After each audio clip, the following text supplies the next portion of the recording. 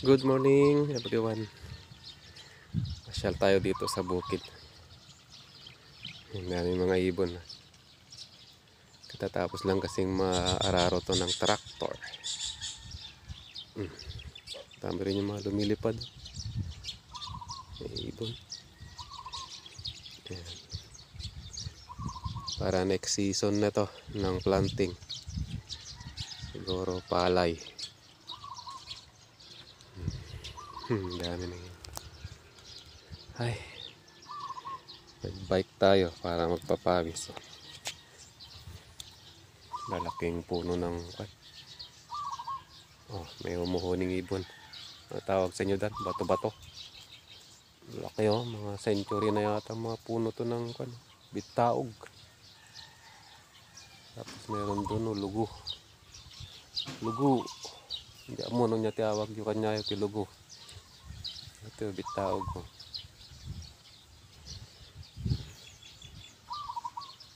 Tuk-tuk-tuk. Kuro-tuk-tuk. Bato-bato. Ayan. Sementado na kaya masarap mamasyal. Papawis tayo. Magka-bike lang.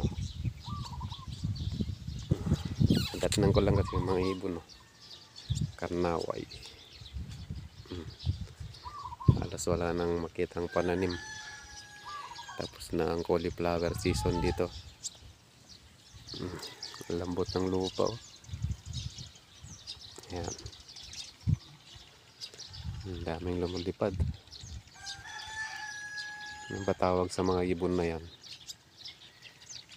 Yung itim. Hindi naman siya bat.